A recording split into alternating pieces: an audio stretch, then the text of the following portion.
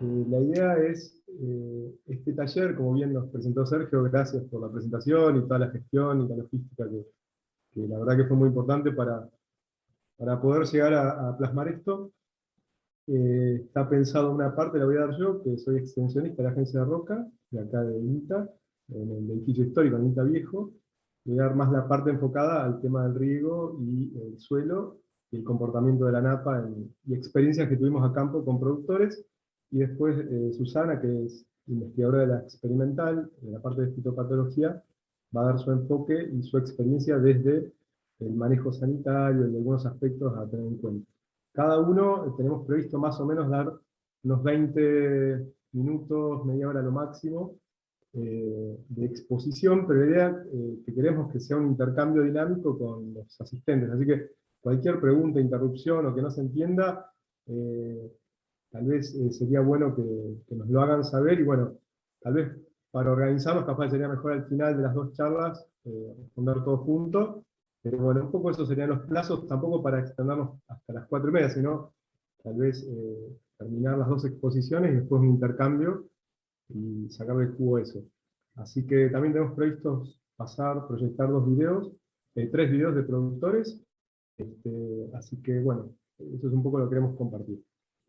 El taller le pusimos de suelo, agua, planta, amistad versus relaciones tóxicas.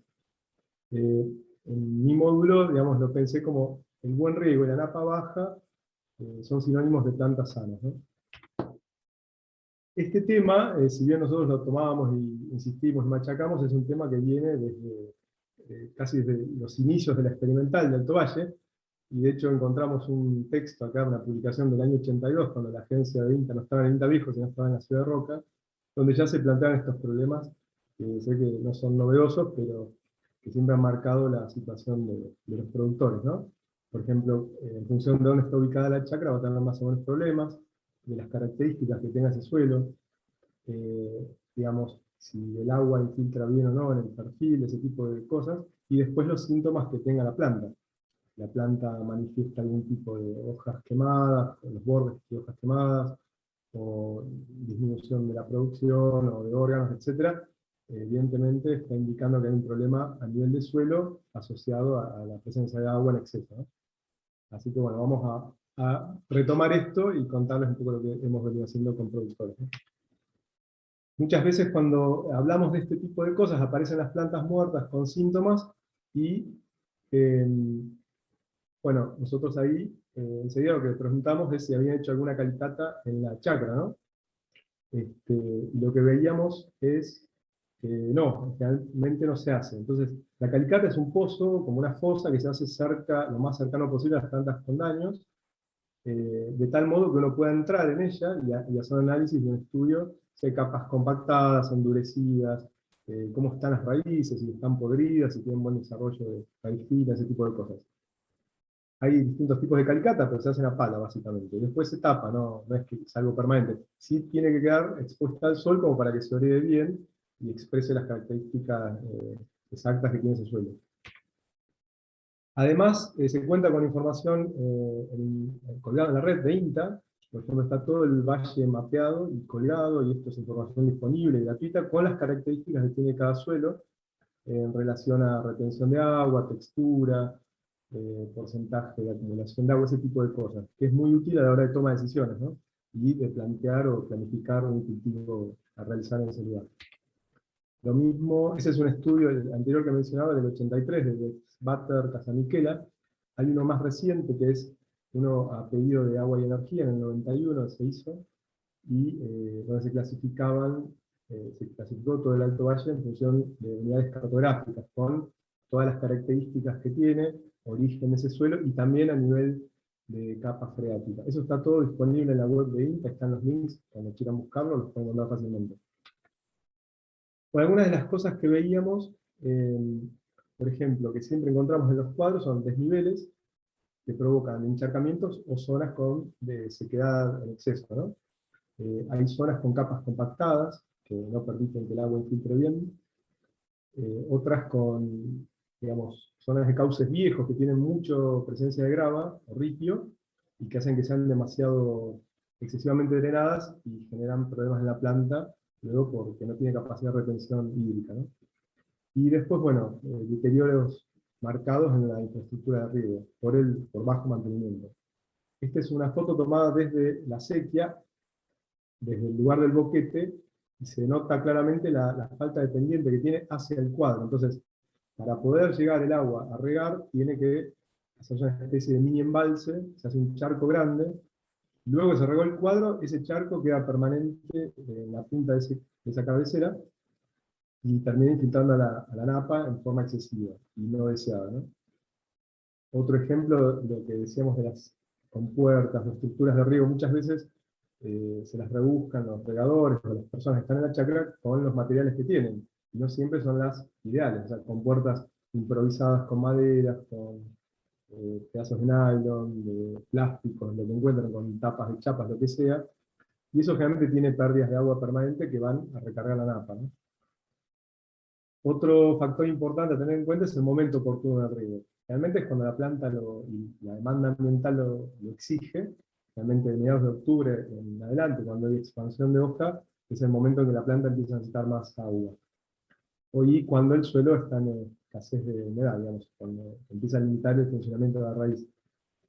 Pero bueno, normalmente cuando más se riega o genera más problemas en la planta es cuando hay un control, cuando se hace el control pasivo de heladas primaverales, que se riega de forma excesiva para garantizar la cosecha, lo cual es entendible, es un método ampliamente difundido, el mayoritario en el valle, pero hay que tener muy en cuenta que eso va a generar un estrés acumulativo en la planta que después se va a traducir en ramas muertas, en hojas achicharradas, etc. Ese tipo de cosas que después tal vez no siempre se lo asocia y no aparecen en el primer año de esta práctica, ¿no? Esto es lo que decíamos, cuando no hay casi hoja, se inunda el cuadro de forma excesiva y bueno, la planta en algún momento se ve resentida en esa asfixia radicular que se produce por el exceso de agua. Después también puede ser que el agua sea aplicada en el momento oportuno, pero no en la dosis necesaria. Entonces muchas veces también vemos esto, a veces ni siquiera hay boquetes, se desarma directamente la sequía y entra prácticamente todo el agua al cuadro, se enlaguna y está días ahí, ¿no? Por más que la planta en el momento no lo manifiesta, a la larga termina acusando residuo de ese estrés. También, bueno, es propio de la ubicación de la chacra, hay zonas más problemáticas que otras, ahora vamos a ver un mapa donde se muestra eso. La altura de la freática muchas veces en algunas zonas es permanentemente limitante y en otras no. Entonces hay productores que no tienen idea que esto ocurre y otros lo tienen muy presente. Y bueno, debería garantizarse siempre en cultivos de frutales una zona mínima de humedad que esté en forma permanentemente saturada de agua, al menos de 1 metro, 1,5 metros, lo cual es difícil llegar, pero se puede también. Y bueno, el sistema de desagües y drenajes, en caso que los tengan, que estén mantenidos, ¿no? No solo que estén, sino que estén bien funcionando. Por ejemplo, este es un estudio de la Dirección Provincial de Agua, una medición que hicieron durante 10 años, una red platimétrica que estaba en un momento funcional. Hoy algunos están funcionando y se siguen tomando datos, o sea que eso se puede solicitar tanto en los consorcios como en el DPA, esa información que está disponible. Por ejemplo, se midieron las zonas donde permanentemente la napa está a niveles altísimos, o sea, por arriba del 1,5 metros, son las zonas rojas, y en las otras, bueno, en zonas que temporariamente están en ese nivel. Pero si de antemano ya sabemos que eso va a pasar en nuestro suelo por la ubicación de la chacra, sería muy importante tener en cuenta qué tipo de cultivo o de estructura de riego se va a diseñar en ese lugar, si no después sabemos que vamos a coexistir todo el tiempo con problemas, ¿no? Bueno, también las redes de drenajes y de acequias y desagües que tienen los consorcios, muchos de esos están cargados en mapas satelitales, o sea que se puede ver la ubicación de cada chacra y saber qué tan lejos se encuentra uno de algún desagüe, o qué tan cerca está uno de la acequia principal, ese tipo de cosas, que después, en el caso de llegar a necesitarse la construcción de alguna obra, dónde sería el tramo ideal a conectar, ¿no? Todos terminan el río, pero bueno, hay partes que no siempre tienen buen nivel de drenaje.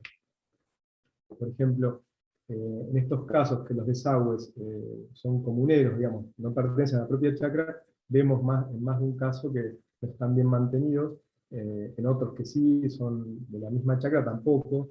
Entonces cuando tienen demasiada presencia de malezas, de arboledas, espontáneas, ese tipo de cosas, hay que limpiarlos, profundizarlos, si no así, digamos, prácticamente no cumplen la función para la que están diseñados. En la foto de la izquierda se ve como una especie de cascada, ¿no?, que cae dentro de un desagüe. Eso es agua que va a parar al desagüe, que vino desde el dique Cordero, transitó más de 50 kilómetros, no se aprovechó en la chacra y terminó en el desagüe. Es un despropósito, un desperdicio, que en realidad además complica a la salud de la napa de esa zona, porque empieza a recargar, levanta el nivel del desagüe, que va a parar indefectiblemente a la napa. El agua muerta es otro defecto bastante común por la sucesiva limpieza del fondo de las acequias para desmalezar, y como se ve ahí en el dibujo, en el esquema, termina quedando por debajo del nivel del cuadro, ¿no?, que está a la derecha, donde está la planta, y luego para poder ingresar el agua por la compuerta y regarse, hay que llenar mucho esa acequia, y cuando se termina de regar, ese agua muerta queda ahí. Tal vez es una capa de 5 o 6 centímetros, que a la vista no se le presta atención, pero esa lámina permanentemente recarga la napa y eleva el nivel, ¿no?, que después termina afectando a las plantas. Ahí se ven, por ejemplo, acequias que riegan alamedas, cerca de una acequia secundaria o terciaria, y que permanentemente tiene agua toda la temporada. Eso nos está indicando que la napa la está recargando permanentemente. O algún canal, alguna acequia de un vecino, que es mal deteriorada, no tiene un mantenimiento óptimo, que termina llenando el desagüe del otro vecino que lo armó esperando que no entrara agua a la napa de su chacra, y bueno, con ese nivel de agua es imposible que la napa no se recargue.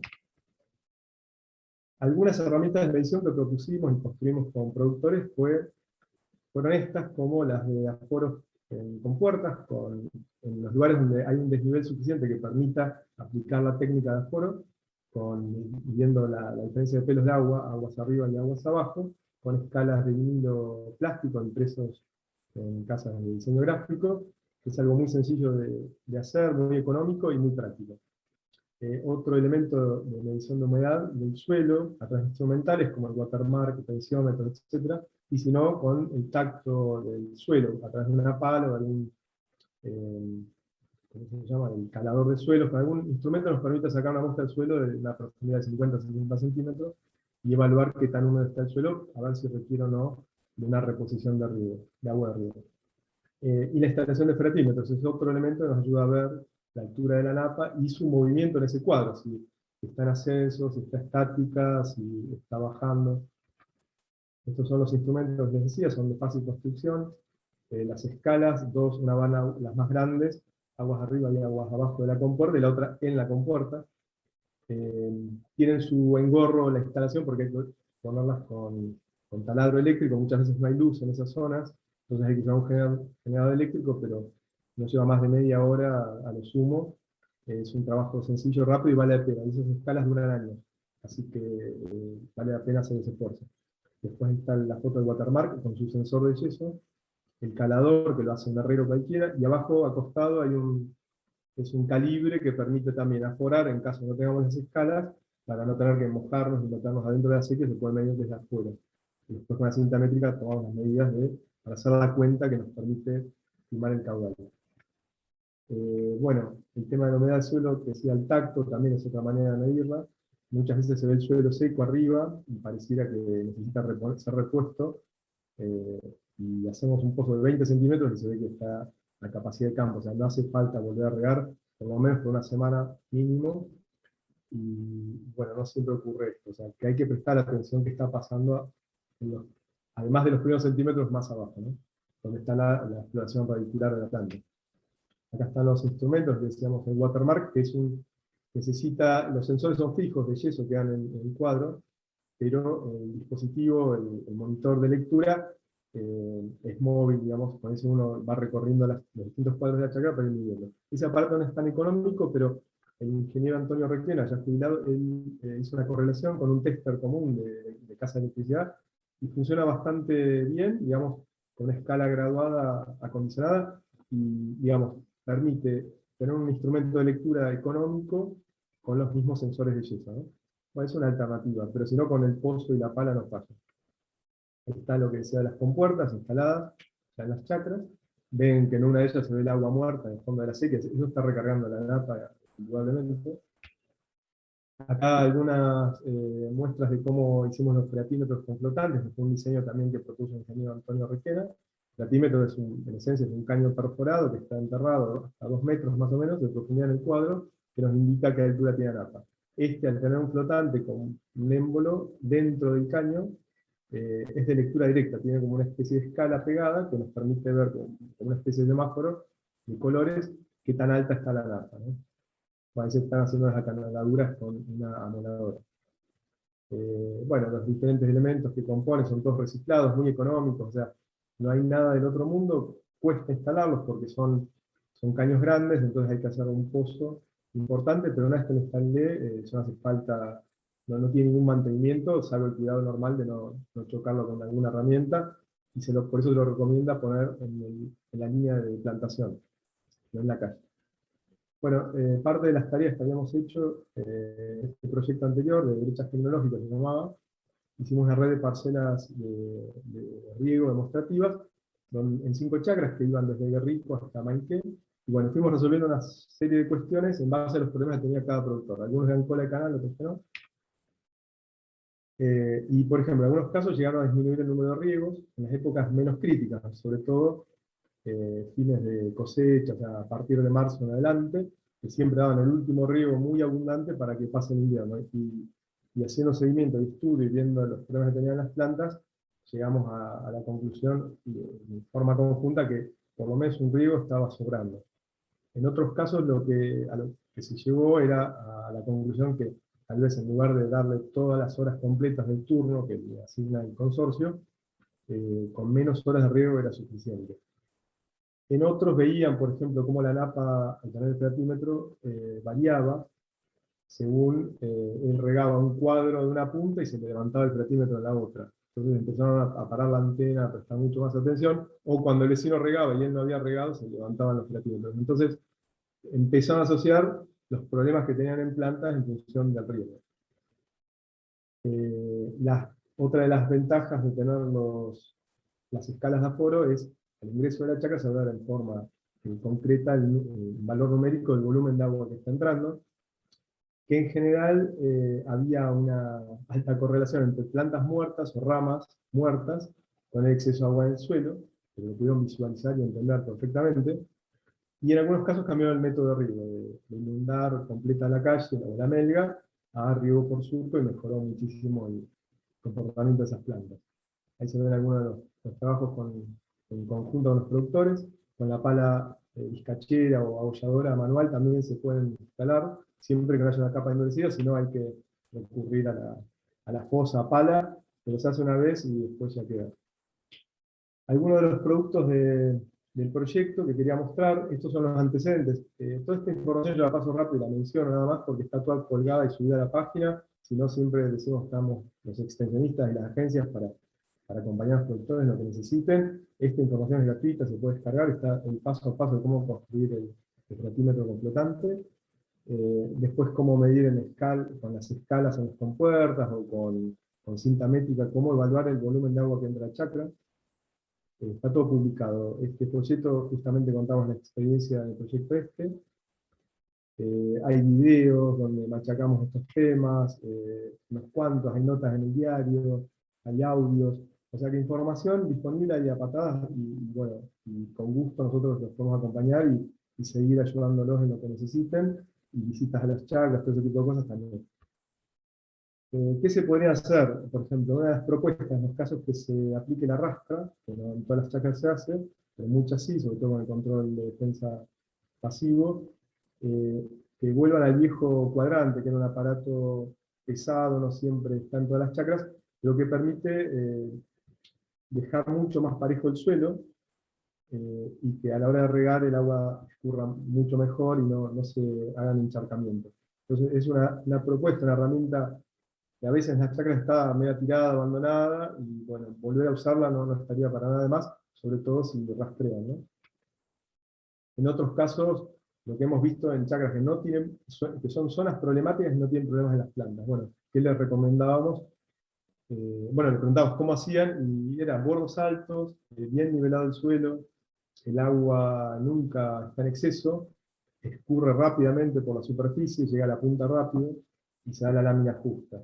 Entonces uno puede ver que no hay agua por todos lados, que se desbordó, sino el agua entra rápido y se riega fácilmente ese cuadro. Entonces, digamos, darle más importancia a este tipo de cosas que tal vez no en todas las chacras se le da, y sobre todo en las chacras que tienen problemas, a veces el riego se lo minimiza o no se le da la debida importancia que necesita, ¿no? En algunos otros, que tenían problemas también de mortandad de plantas, empezaron a usar este tipo de cuestiones como revestimientos de plástico, de polietileno, como para, o silobolsa, lo que tuvieran a mano, como para evitar la recarga de la napa, con el agua muerta, ese tipo de cuestiones, y notaron un cambio importante, que tal vez no se puede revestir una sequía completa en una chacra, pero bueno, de a tramos, año a año, a lo largo de varios años, se puede mejorando esto. Incluso con los tocones debajo se revistió y funcionaba muy bien. El tema de mantenimiento de los desagües, la profundización, que el agua escurra, que circule bien, eso, sobre todo los comuneros, ahí es un trabajo que se debe hacer en conjunto con los consorcios, pero también es importante que el productor esté involucrado, aunque él tenga pastura o tenga alguna actividad que tal vez no le afecte demasiado a la napa, si hay algún taponamiento o ve que el agua está estancada frente a su chacra, bueno, trabajar en conjunto o con los vecinos o con el mismo consorcio para ver cómo se puede lograr que se evacúe ese agua, ¿no? Eso es fundamental. Las estructuras que están diseñadas para drenar lo hagan, y con un buen mantenimiento. Después, bueno, las obras de arte de riego, de infraestructura dentro de la chacra, hay chacras donde vemos que el riego se le da la debida atención, y a veces con más o con menos recursos, pero vemos unas obras impresionantes con revestimiento de cemento, con compuertas muy bien hechas. En otras se las van rebuscando con los materiales que tienen, consolidando las acequias, con bolsas, como vemos ahí, con troncos, con lo que fuere, con tapones de cemento. O sea, se le da importancia al riego para evitar esos enlangulamientos, encharcamientos del agua muerta, ¿no? Bueno, por ahora era lo que tenía para comentarles. Muchas gracias.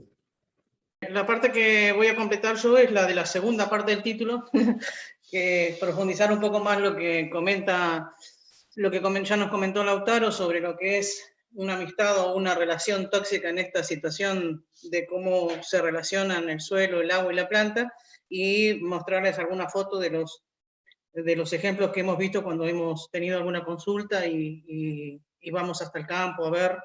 Y también al final una parte de cómo hacer para tomar una buena muestra para llevar al laboratorio para hacer diagnóstico en caso de que se requiera ese diagnóstico, ¿no? ¿Va todo bien, Sergio? Va perfecto, Susana. Continúa. De acá para adelante me confío que va perfecto, cualquier cosa me avisa. Bueno, yo voy a retomar este tema de los anegamientos. En este caso fue una lluvia de octubre de hace unos años que inundó bastante las chacras y el agua estuvo por bastantes días, pero la otra situación también es la que comenta Lautaro de problemas en el río. Si nosotros tenemos dentro de estas situaciones en las que la planta puede estar en el suelo, es en el lado de izquierdo, donde vemos que hay un distanciamiento en superficie, en profundidad, donde hay aire y la planta puede estar respirando además, y otra parte donde el agua está saturado hasta arriba, satura todo lo que es la tierra, y ahí es cuando tenemos estas distintas situaciones de una situación de amistad versus una relaciones tóxicas, que es lo que vamos a ir viendo ahora una por una.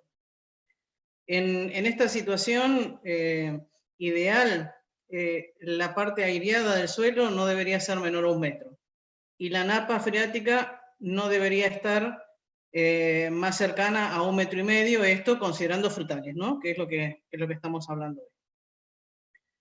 Cuando la superficie está oxigenada y funciona como tiene que funcionar, que tiene agua cuando la necesita, pero escurre ese agua y no representa problemas, el suelo puede respirar. Y que ese suelo pueda respirar significa que las raíces pueden respirar, que los microorganismos que están en el suelo, que son los que de alguna manera favorecen la disponibilidad de los nutrientes, también pueden respirar, que hay una absorción por esas raíces, las raíces trabajan bien, y esa absorción que tienen tanto de agua como de nutrientes permiten que todo esto lo pueda transmitir al resto de la planta, que sería la parte aérea.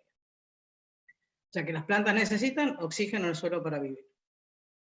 Cuando esta situación es distinta, que tenemos un suelo saturado, no necesariamente permanentemente, pero sí en varios periodos y de varios días, se produce esta situación de anegamiento. Entonces ahí lo que tenemos es un cambio en la absorción de nutrientes y su distribución en la planta, o sea que la planta deja de absorber y deja de transportar esos nutrientes a la parte aérea, se cambia el pH del suelo y ahí es donde se producen sustancias tóxicas para las plantas, se reduce el crecimiento de las raíces, o sea que y encima se mueren primero las finas, obviamente, pues son las más débiles, pero que son las que sirven para absorber nutrientes y agua. Se reduce el crecimiento de la parte aérea en consecuencia de todo esto, afecta la floración y el crecimiento de los frutos, y la planta se deteriora y muere. O sea que, nuevamente corroboramos que las plantas necesitan oxígeno en el suelo para vivir. Los ejemplos que queríamos comentarles, que son también de estas visitas que hemos hecho a las chacras ante una consulta, les voy a pasar algunas fotos de qué es lo que vemos. En este caso es un sector que es el que está marcado de la fila con muchas plantas muertas y el lado de enfrente estaba igual. Ven que hay un deterioro de la calidad de las plantas, de poco follaje, los frutos prácticamente no crecen, quedan después en la planta porque no se los cosecha. O sea, la planta se ve claramente con una falta de nutrición. Ven que, bueno, hay muchas fotos que representan esto, que se dan en distintas variedades, en distintas situaciones. Acá vemos que, por ejemplo, las ramas se encuentran sanas en general, pero que sí está mal todo lo que es los brotes, todo lo que son las hojas, y se ve muy debilitada y decaída la planta. Otro síntoma, que es el que está marcado abajo en amarillo, son esas grietas que se ven verticales en las plantas, que esto, una causa muy probable de esto es periodos de sequía y después de un riego abundante, donde la planta no resiste el crecimiento que provoca la parte del momento que tienen agua y termina con una grieta. Eso también son heridas para ingreso de patógenos, ¿no? Eso puede pasar en la raíz como también en las plantas. Bueno, síntoma también típico es el acartuchamiento, que es un mecanismo de defensa que tienen las plantas, permitiendo así que haya menos transpiración porque está absorbiendo menos agua.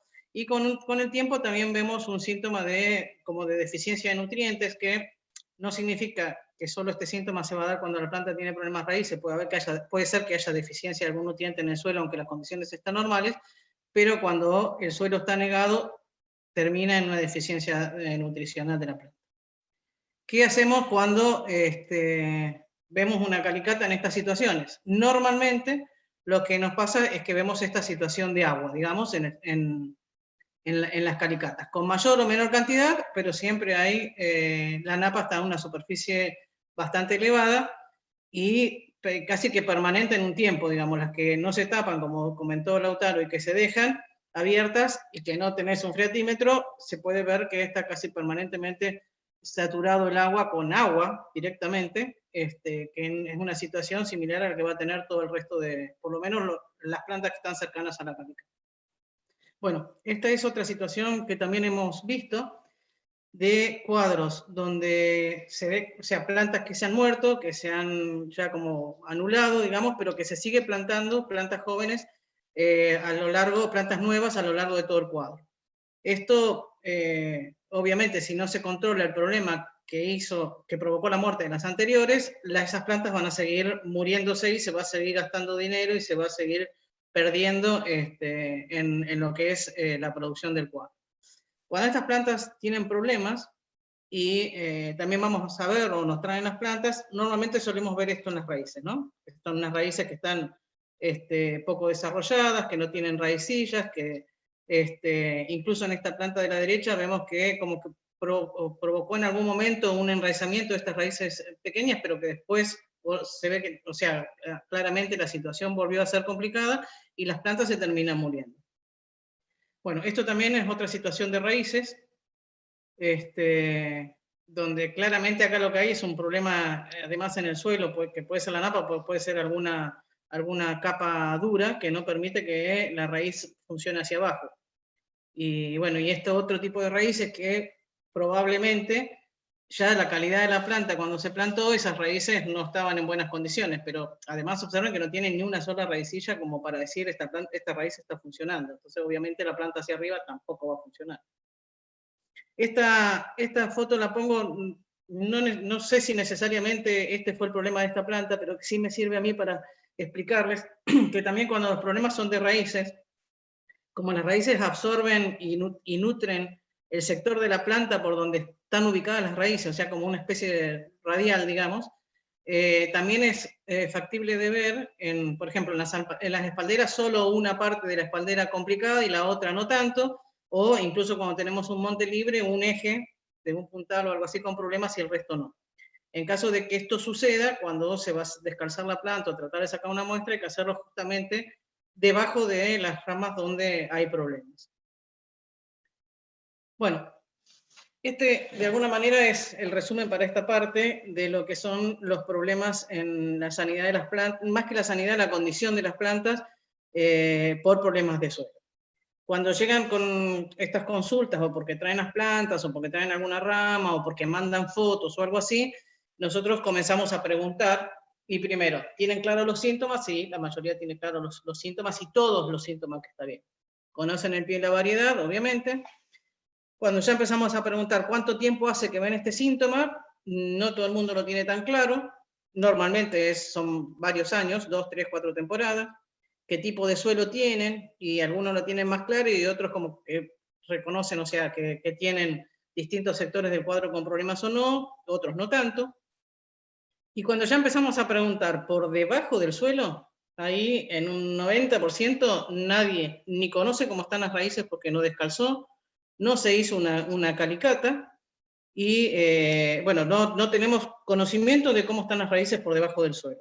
Y acá me parece que es uno de los mensajes que queremos reforzar en esto, y es que no todos los problemas de la parte aérea de la planta son desde la parte aérea de las plantas, sino que básicamente lo que hay que estudiar es cómo están las raíces para ver, de ahí poder lograr un buen diagnóstico, porque con un buen diagnóstico nosotros vamos a poder juntos ver cuáles serían las soluciones, y eventualmente cuando la situación lo requiera habrá que utilizar algún producto si existe producto, si para esa situación corresponde. Pero no es la primera medida a tomar, es con qué trato, que normalmente es una de las primeras preguntas con la que nosotros recibimos las consultas. Entonces, este concepto me parece que es básico y interesante acostumbrarnos a ver qué es lo que está pasando abajo.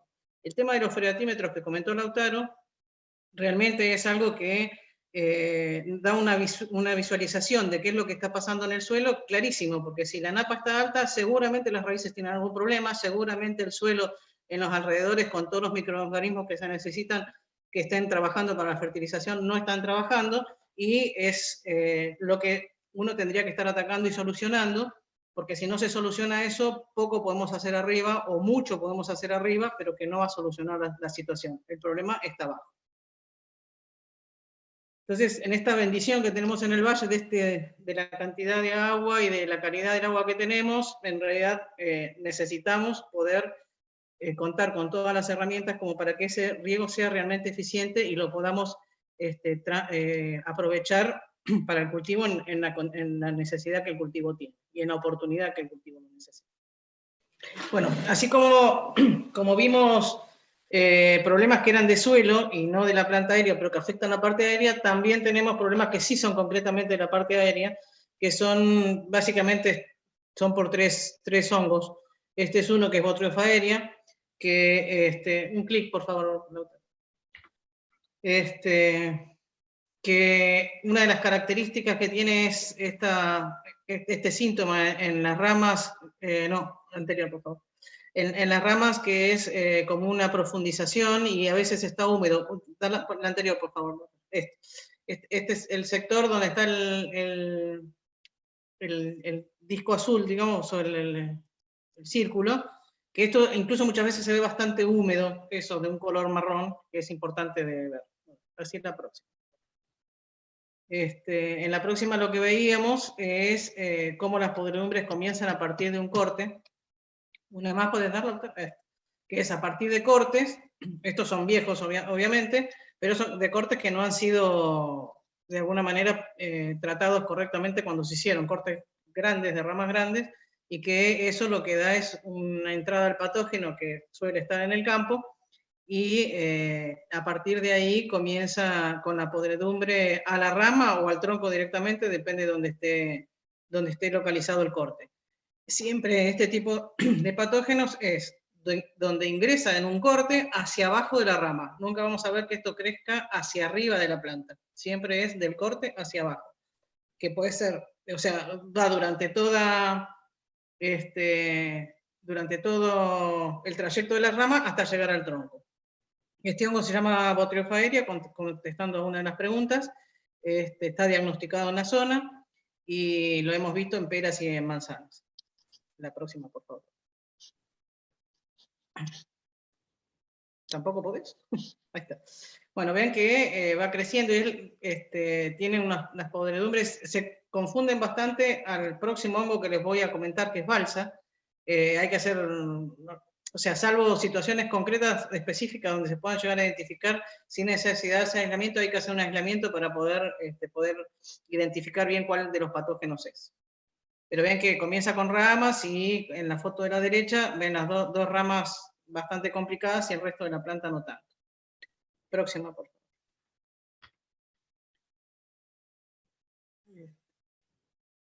Y acá otra característica distinta de lo que es un problema de raíces es que ven que una rama está completamente dañada, que es donde ha ingresado el hongo por algún corte, y el resto de la planta se ve perfecta.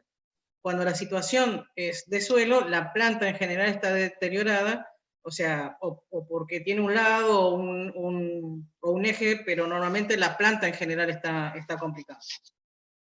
Sí.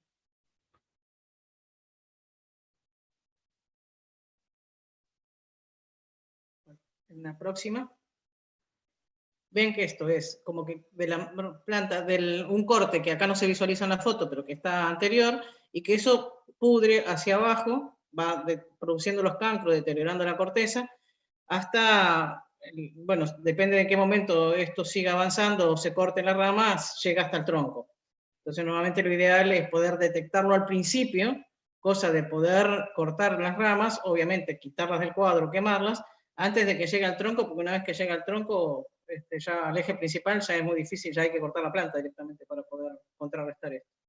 Que estos son los síntomas que normalmente se comienzan a visualizar, pero que no se le da la importancia de vida porque no se conoce tampoco mucho. O sea, si bien son situaciones que son viejas en el monte, antes se daban en montes mucho más viejos, y ahora esto está comenzando a ser importante en montes jóvenes, y en realidad hay que prestarle bastante atención y tratar de solucionarlo antes de que esto siga avanzando. Y para poder solucionarlo en el corte, lo que hay que es ir descascarando un poquito la corteza para ver dónde deja de haber síntoma, que es la corteza empieza a verse blanca, y a partir de ahí, unos 15, 20 centímetros más abajo cortar, porque aunque los síntomas lleguen hasta un determinado lugar de la rama, el hongo está creciendo mucho, está avanzando mucho más adelante, aunque todavía no haya producido síntomas. Entonces, cuando estos cortes se realizan y se realizan inmediatamente después de presentar los síntomas, obviamente pintando, la pregunta es si los cortes hay que pintarlos, hay que tratarlos como para cicatrizar, cosa que impide el ingreso del hongo. Si se corta inmediatamente, aunque se pinte y demás, a los 3-4 años el síntoma vuelve a aparecer porque la rama quedó con el hongo vivo dentro, más abajo de ese corte.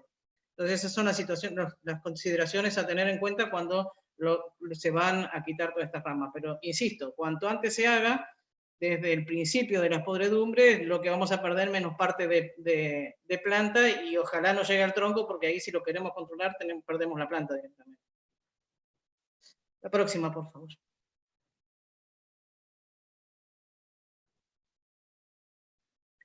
Bueno, estos son otros ejemplos de cómo a partir de la rama llega al tronco, al eje principal, y bueno, ya se afecta a toda la planta. Este tipo de frutos así que quedan son bastante típicos, incluso algunos hasta podridos, en colores marrones, que es el mismo hongo que afecta también a los frutos, y todo este inóculo o el hongo presente en la chacra lo tenemos en todas estas ramas donde están dañadas, y en esos frutos también que se pudren por el mismo patógeno. Bueno, y hasta que llegara a un punto como la situación de la derecha, que prácticamente lo que perdemos la planta completa, porque no hay manera de salvarlo.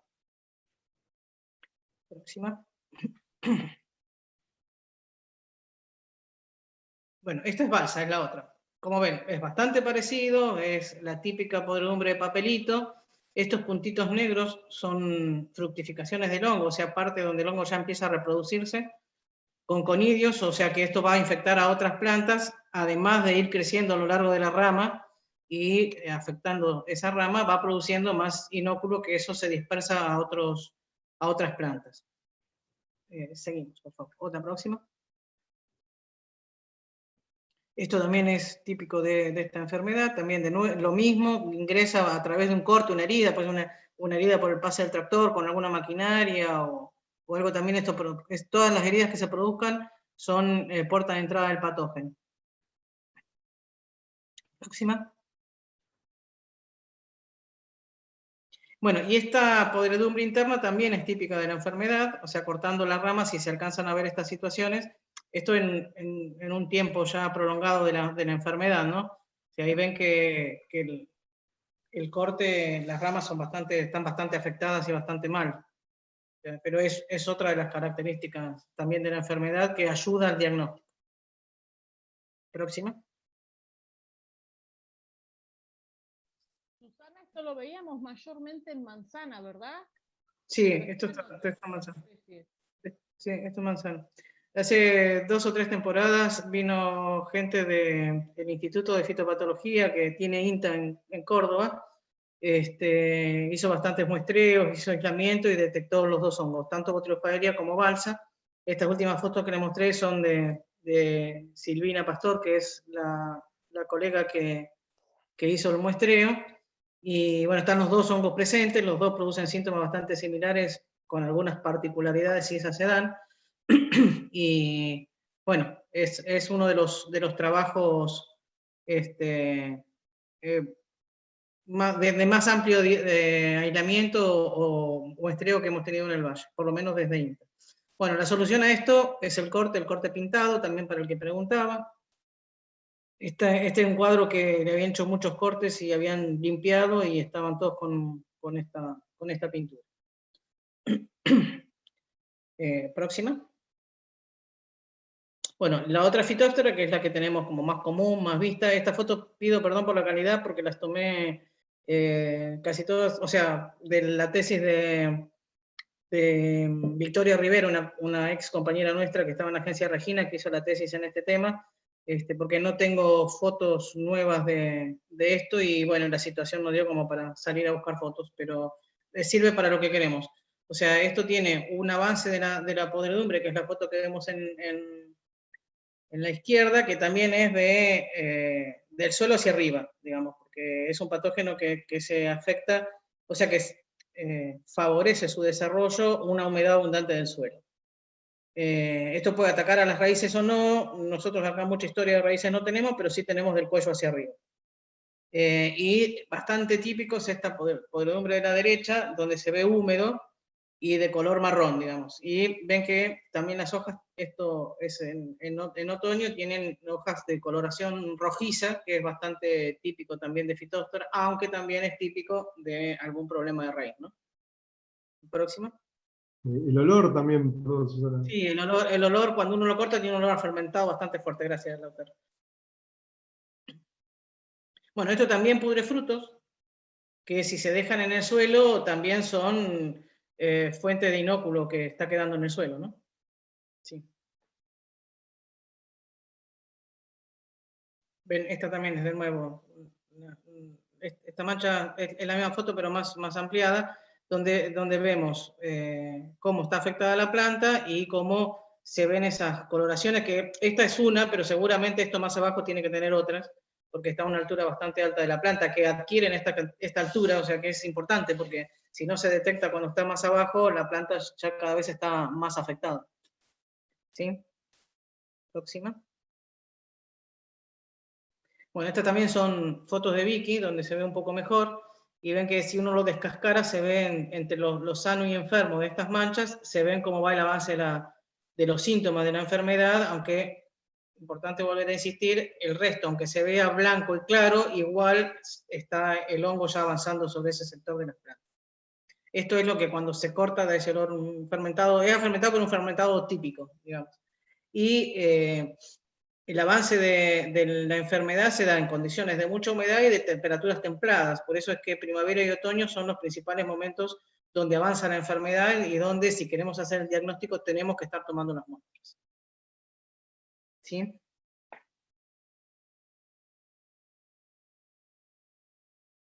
Bueno, este es el aspecto general de las plantas. Podemos tener una planta aislada en la fila, que es donde comienza el sistema, y si no, después es a lo largo de la fila, en la corriente que va el riego, porque ahora vamos a ver, esto se transmite de una planta a la otra por unas estructuras que tiene el hongo, que tienen como colitas, digamos, que se van moviendo en el agua, entonces va avanzando en la fila a lo largo de lo que es el riego, digamos, al sentido del riego. Entonces podemos ver 3, 4, 5 plantas, y bueno, y obviamente que si esto lleva muchos años, se puede generalizar un poco más en el cuadro.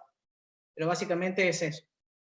Y también la manera de ingresar es con raíces que se cortan y demás. Entonces ven que estas estructuras que ven a la derecha tienen estas cilias o colitas, para decirlo de alguna manera, que se mueven y van, es el órgano del hongo que ingresa y comienza con una infección nueva, digamos. ¿No? Próxima. Bueno, ahora pasamos a otro que les comentaba, es lo importante de saber cómo tomar las muestras para que nosotros podamos llegar al diagnóstico, al laboratorio. Al laboratorio debe ingresar una muestra cuando ya hemos descartado todo el resto de las situaciones y que realmente valga la pena hacer un diagnóstico y seleccionar bien una muestra para llevarlo al laboratorio. Si no, podemos tener cualquier resultado o no tener ningún resultado y de primera instancia no nos resuelve nada. Y sí, una vez que nosotros tenemos un poco más analizado qué está pasando en el cuadro, qué está pasando en el suelo, qué está pasando en las raíces, cómo son los síntomas concretos en las plantas, saber qué muestra tomar para que eso nos lleve a un buen resultado. Sí, la próxima, por favor.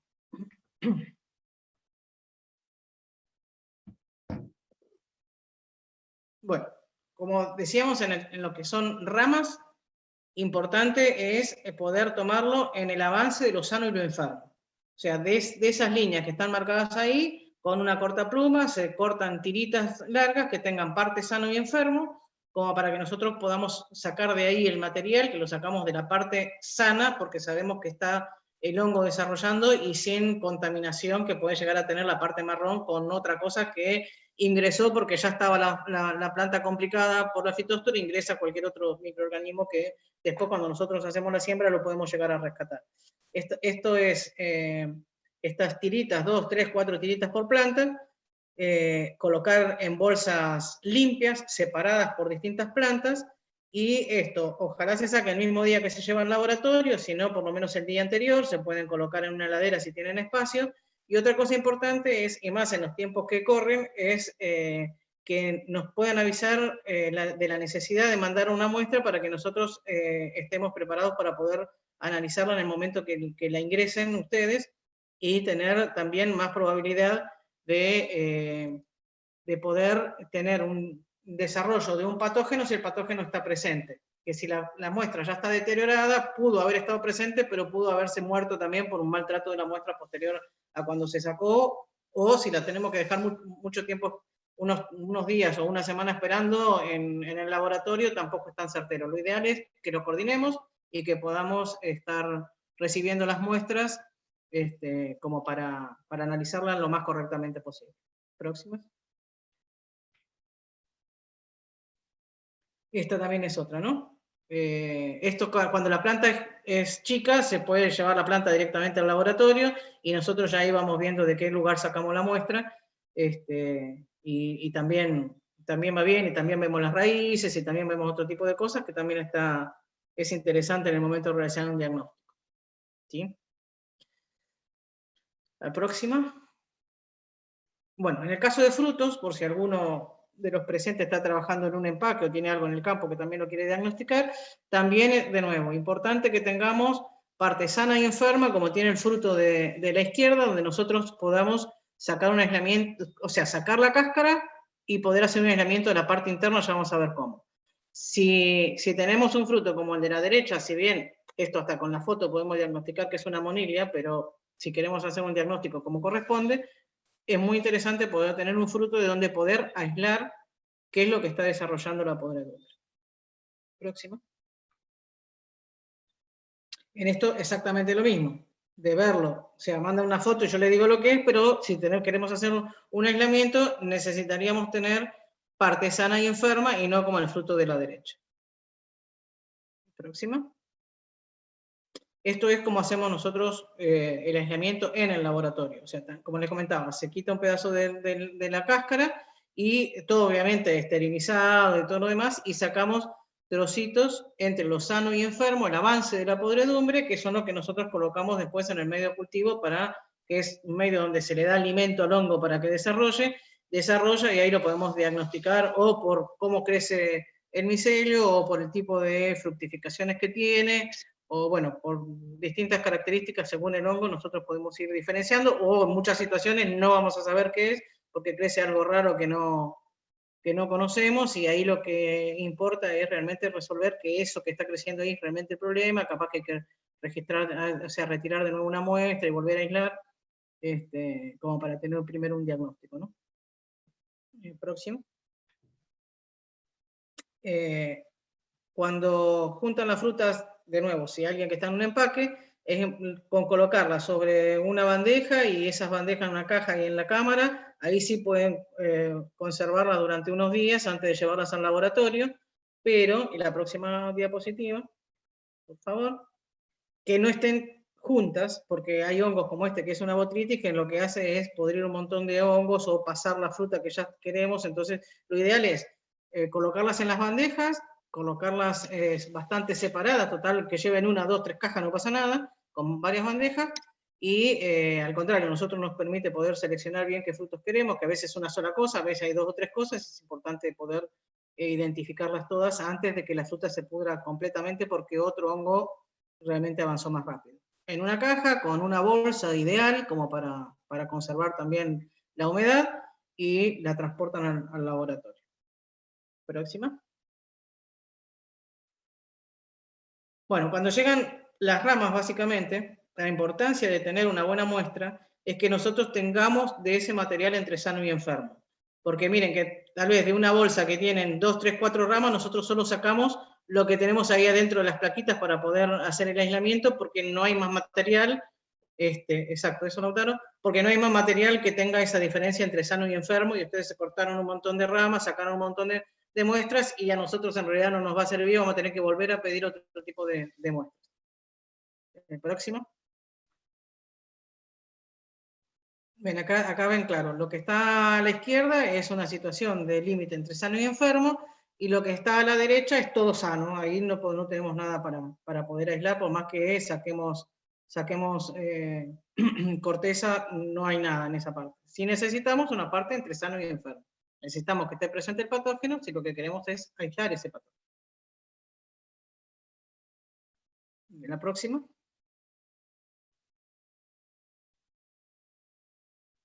Bueno, esto es lo mismo. Buen material a la derecha y un material que no nos permitiría tener un resultado a la izquierda. Próximo.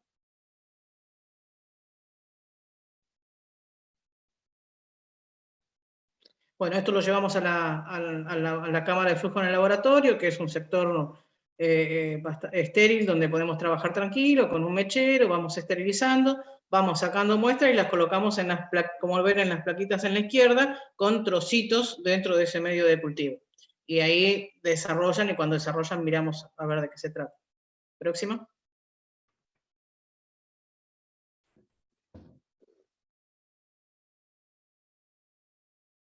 Bueno, esto es el caso de frutos, también es lo mismo.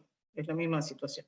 En este caso eran unos frutos de corazón mohosos de frutos verdes, pero la situación es la misma, digamos. La condición de trabajo, el requerimiento de tener parte enferma para poder aislar. Bueno, datos mínimos que debe tener una muestra para acompañar. Esto, una de campo, la de empaque sería similar, si se pueden estos datos, y además si tiene tratamientos de post cosecha también es un dato importante. El productor, si el productor tiene más chacras que chacra, qué cuadro dentro de la chacra, la combinación porta injerto variedad, la fecha de toma de muestra, muy importante, una breve descripción de cuáles son los síntomas, y un teléfono o mail de contacto donde nosotros podamos poder comunicarnos si necesitamos más información o para cuando tengamos ya el informe.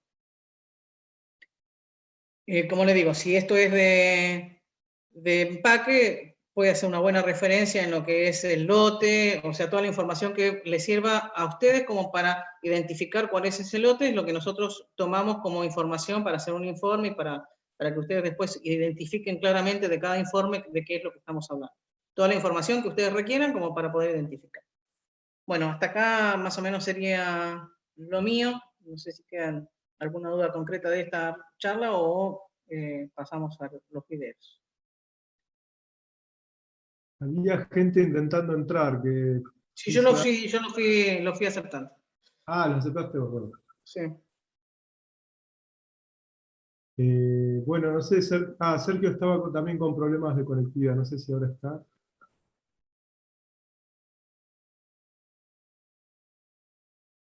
Sergio, estás muteado. Sí, Lautaro, Pero lo estoy hay escuchando, lo estoy Francisco acompañando. que quiere hacer una consulta. Sí, puede ser que si uno hace análisis de Phytophthora, en raíces también se puede hacer o conviene hacerlo en la parte aérea cuando hacemos la parte entre sano y afectado. Conviene la parte aérea entre sano y afectado. La parte de las raíces puede tener un montón de otros patógenos que son muy difíciles de... Es muy difícil de desinfectar un trozo de raíz como para que no tengas otros patógenos que estén circulando en el suelo, digamos. Si tenés desarrollo de parte aérea y sana, eso es lo ideal. Y de nuevo, para Phytophthora, primavera o después en otoño, tardío, digamos, porque las temperaturas tendrían que estar entre 8 y 25 grados más o menos, que es la óptimo desarrollo de la enfermedad, y con condiciones de humedad abundante requiere como para poder desarrollar. Por eso que uno de los mejores métodos para prevención es controlar bien el riego y que no haya exceso de humedad continua en el lote, ¿no? En el cuadro. Porque yo en un momento hice análisis de Phytophthora, pero en raíz, pero me apareció Fusarium, Rhizoctonia. Entonces puede llegar a ser que sea la contaminación y no tanto que estaba en la planta. Sí, de Rhizoctonia no tengo mucha experiencia, pero Fusarium es muy raro que no aparezca en un aislamiento. Lo que pasa es que, bueno, vos haces un montón de trocitos y vas viendo en función de si hay en todos, habría que considerarlo como una situación, analizando otras cuestiones también, y si te aparece muy esporádico en algún trocito, bueno, fue que no supiste descontaminar muy bien, o no pudiste descontaminar muy bien el trozo de raíz, ¿no? Porque también si la raíz es muy finita, es más fácil de desinfectar si son raicillas, y ya la raíz es más gruesa y tiene también avance entre sano y enfermo, también es más fácil de poder aislar trocitos que faciliten poder identificar un aislamiento, y si ya está la muestra un poco complicado, de muy podrido o algo así, ya uno corre el riesgo de identificar lo que es y lo que no es también. O más bien lo que no es y poca posibilidad de lo que sí puede ser la causa. Claro, porque yo como que saqué de varias zonas plantas jóvenes, plantas más viejas, y me encontré con Isilondrocarpon, pero no me encontré con Phytophthora. Claro. Y Que puede no Pythium ser también me llamó Phytophthora, habría que ver. O sea, claro. puede no ser Phytophthora, sí, claramente también. Ahora, si los síntomas son muy claros de lo que es Phytophthora, da para dudar de que no sea Phytophthora, pero de nuevo, lo ideal es la parte aérea. No sé si sacaste la parte aérea, pero eso es lo ideal. Bien.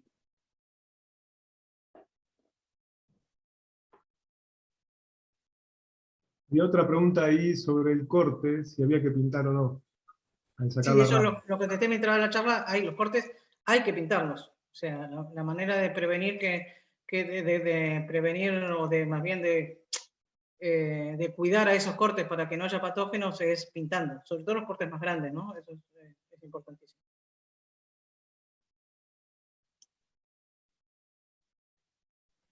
Entonces, ¿te parece que proyectemos los videos que por ahí lo que tienen interesante es un poco como algo que aparentemente no debería tener tanto impacto, como medir la cantidad de agua que se aplica al cuadro, los productores notaron cambios grandes y contados por ellos mismos, ¿no? Son miembros de las parcelas demostrativas de riego de acá de la zona de Roca.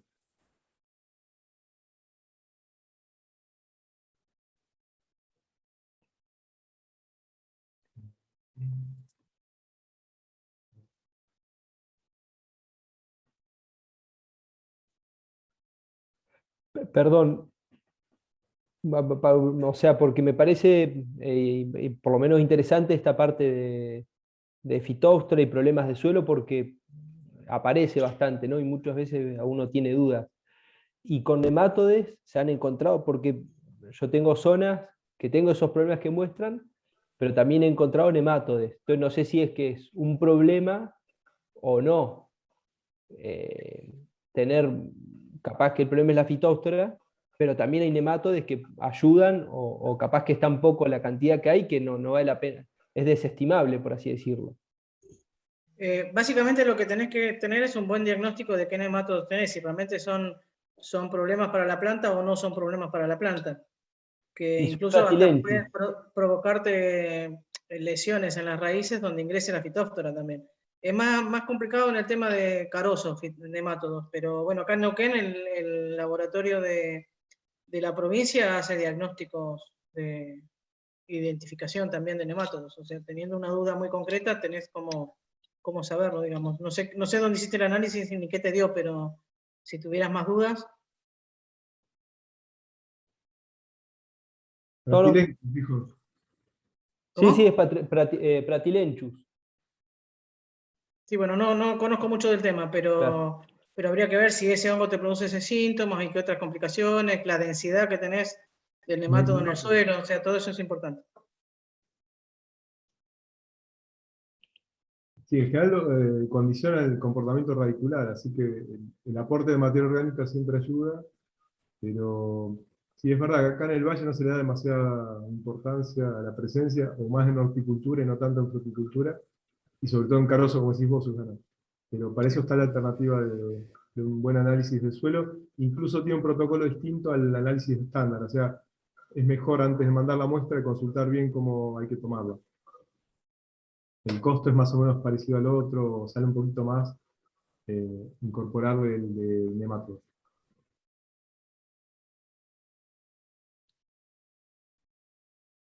Bueno, comparto los videos, son cortitos, 1 minuto y medio cada uno, así que después podemos seguir con el intercambio, no hay problema.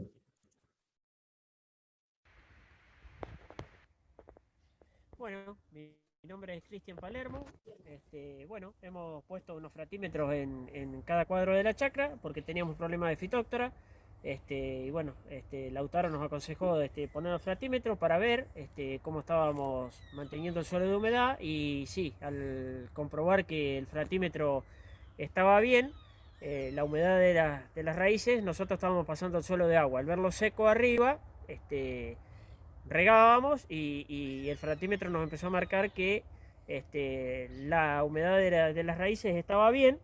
Entonces empezamos a cortar el agua y empezamos a dejar de tener problemas de Phytophthora. Ya hace 5 años que los pusimos y bueno, hemos cortado el riego, no regamos tan seguido como lo hacíamos antes. Con buenas mejoras, las plantas se recuperaron, se curaron de Phytophthora. Y bueno, para mí me ayudó mucho.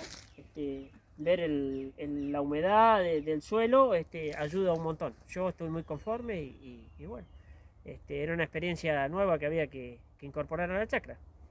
Así que bueno, de mi parte nos ayudó mucho. Sabiéndolo usar tiene muchas ventajas. más en los suelos estos donde son suelos muy pesados y las napas por lo general están muy altas siempre, más cuando riega el vecino.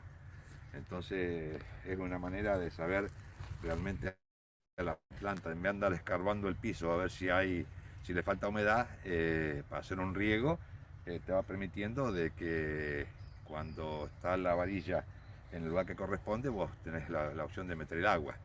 Hemos ahorrado riegos, hemos ahorrado varios riegos con esto, porque cuando la napa es tan alta, por supuesto que no regamos. Entonces es una manera también, es una herramienta muy buena para manejar el tema del agua, el riego, que por lo general encima acá somos cola de canal, luchamos bastante con el agua y no es para desperdiciarla o inundar los campos, porque encima de las plantas lo sufren las plantas.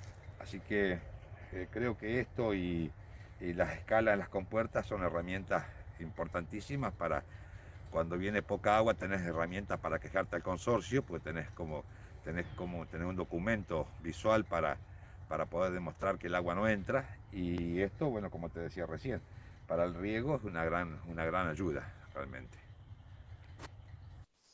Soto, Chacra 127 en Guerrico. Y charlando acá con Lautaro, que fue el precursor de hacer los freatímetros, y el tema era los resultados que habían dado, y realmente uno no está a ciegas cuando el momento de regar, porque la napa puede estar alta o baja, y lo positivo es que regar en el momento exacto. Entonces, bueno, él me hizo uno que en un otro cuadro, y yo realmente hice otro, y ya uno se va guiando, no a ciegas como decía, y riega en el momento exacto. Con solo pegar un vistazo en un lugar visible, se puede dar cuenta dónde está la napa y si es el momento justo de regar. Y bueno, el tema de la escala, que él también me hizo, las escalas medidas en la compuerta. Bueno, el tema es que es el agua la cantidad justa que tiene que entrar para regar. Y bueno, yo tenía un tema que tengo las compuertas muy separadas, entonces no era el embalse justo. Ya con esa escala yo sé que está entrando bien, y el problema lo tiene uno en las acequias. Bueno, eso sería más o menos lo que nos acontece. ¿Qué tal? Sí, era para comentar. ¿Me escuchan? Sí, Sí. sí, perfecto. ¿Qué tal? Bueno, no, era para comentar, me parece como súper importante. Era un poco, yo pude recorrer algunas chacras, en lo que es Cinco Saltos, Centenario, y pude ver eso, más que nada como un riego muy excesivo, con acumulación, las fotos como mostraba Lautaro, y nada, en algunos casos también problemas, digamos, ya en los frutos. Entonces me parece como súper importante tal vez poder seguir impulsando esto, evaluar como las condiciones para regar de manera óptima. Eso más que nada. Perfecto. Pero ese es un Muchas trabajo gracias, que... Jessica, muy interesante el comentario. Y sí, la idea es, digamos, venimos trabajando en esto desde que nació la experimental en 1913, por allá. Todo el tiempo se ha trabajado, nosotros retomamos siempre, y en función de lo que va surgiendo con las consultas de forma permanente. En todas las agencias hay consultas asociadas a los problemas de riego o de podredombres. Y bueno, Susana Poirier es el embudo donde van a parar siempre todas las dudas raras, y pasa esto, muchas veces no es un problema solo aéreo, sino tiene una base en el manejo del agua de arriba, ¿no? Que tiene la manito levantada. Sí, buenas tardes. Bueno, sí, ¿se escucha ahí? Sí, perfecto. Bien. Bueno, le quería comentar acá, en la chacra en donde trabajo, bueno, tenemos en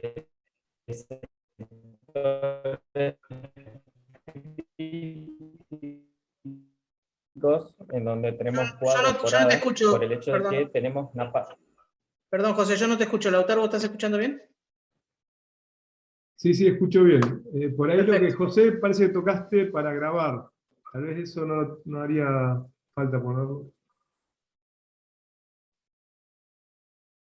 Bueno, no sé si José o soy yo. A ver. Bueno, pero si vos lo escuchas bien, perfecto. Podés continuar, José, perdón, porque como yo no escuchaba, quería que te escuchara Lautaro. Ah, bien. Entonces,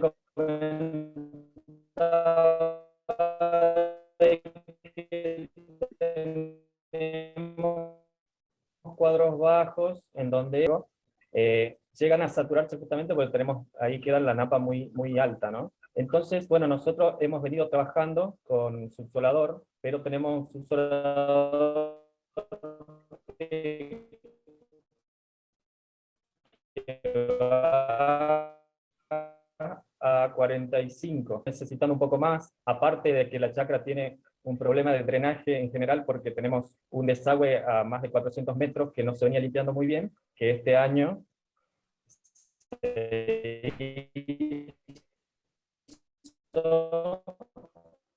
y esperemos tengamos una... en general es eso, ¿no? Si estamos trabajando con subsolador con poca profundidad o qué más podríamos hacer en caso de en estas dificultades, ¿no? Que aparte, cuando no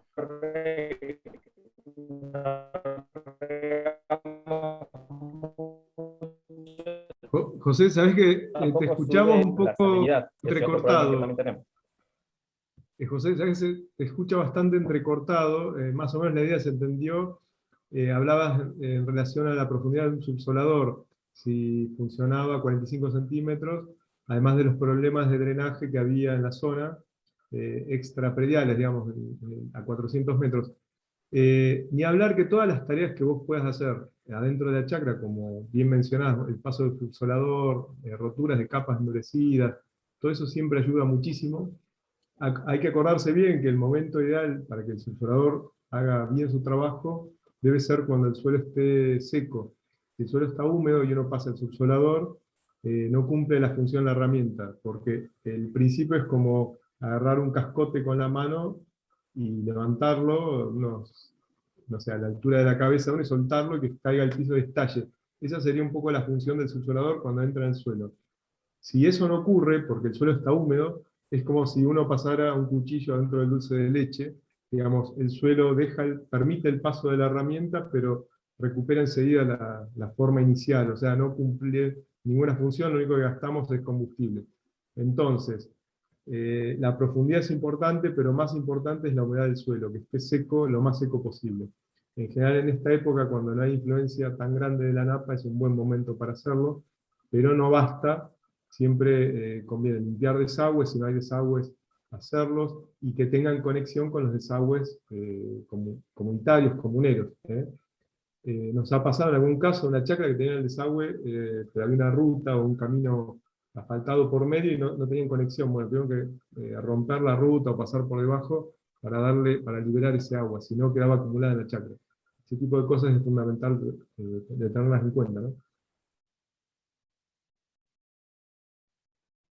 Este ejemplo que comenta Lautaro es uno de los que... Perdón, José, perdón. Dale. Agradecida, gracias. Evidentemente tengo delay y me meto antes de lo conveniente.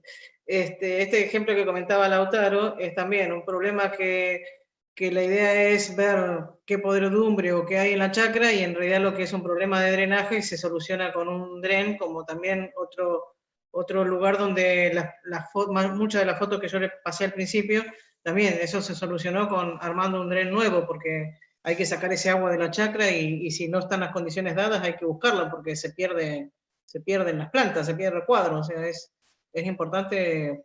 Por eso un buen diagnóstico no necesariamente es qué hongo es, sino que es la situación que está provocando que las plantas estén en la situación que están, en el estado que están.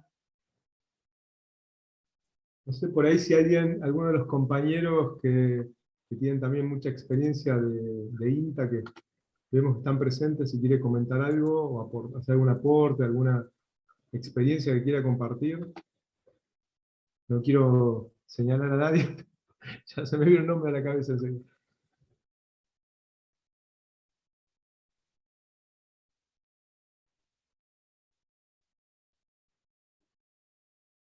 Bueno, incluso con Sergio hemos charlado varias veces, que él también recibía muchas consultas de este tipo, todos los años en esta época hay consultas frecuentes, por eso le veía tan oportuno dar este tipo de temática a tratarla, ¿no?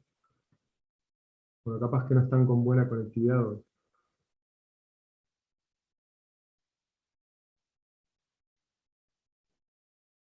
Bueno, después algo a tener en cuenta siempre, que los problemas de drenaje, si bien pueden estar dentro de la parcela o de la chacra de uno, son problemas extraprediales, areales. La solución realmente es mucho más grande y amerita ser tratada y abordada en forma más, superficies mayores a lo que normalmente tiene una chacra, por mediana que sea. Entonces eso también es muy importante a tener en cuenta. Por más que uno haga todo bien, si el vecindario, entre comillas, está inundado o anegado, el problema no se va a solucionar. Por eso, en esos casos hay que trabajar en conjunto con todos los regantes, los frentistas, y con el consorcio, ¿no? Y a veces son obras menores o no son tan importantes, pero hay que hacerlas. Y muchas veces con el sistema que no está en el estado ideal, se van dejando de lado esas obras, no se priorizan y se abordan otras más importantes o más urgentes. Pero bueno, empiezas a sentir esa falta de mantenimiento de las chacras cercanas a zonas problemáticas que empiezan con esto, con plantas que se empiezan a secar partes, o cuadros enteros, filas enteras. No sé, Susana, si vos tenés algo más para comentar. No que me surja ahora, pero sí, bueno, que sepan que estamos a disposición para lo que podamos resolver, dentro de lo que podamos resolver. Y yo en condiciones normales me gusta también ir a la chacra, ver y tomar las muestras o analizar cómo está la situación, pero bueno, para eso tenemos que volver a la normalidad. Pero bueno, esto. No sé si esto va a quedar grabado, pero se grabó todo, ¿verdad, Lautaro? Estaba la dirección de email en el inicio de la presentación, era de Lautaro, como para que nos contacten y podamos resolver juntos el problema que tienen, ¿no? Por lo menos la Incluso consulta. todos los compañeros de las agencias siempre, de alguna u otra manera, trabajan este tema también, así que según en función de la cercanía de cada uno, estamos los extensionistas trabajando en este tema, así que cuenten con nosotros, con las publicaciones que están colgadas, que van a quedar en el video cuando lo subamos, y si no, métanse en la página de INTA, googleen tranquilos, que hay un montón de información, así que disponible, la pueden consultar cuando necesiten. Desde ya, muchísimas gracias. Y la charla va a estar grabada, ¿sí? Para las personas que quieran disponer de la misma, luego por medio del área de comunicación, del área del experimental, va a estar disponible para ser compartida.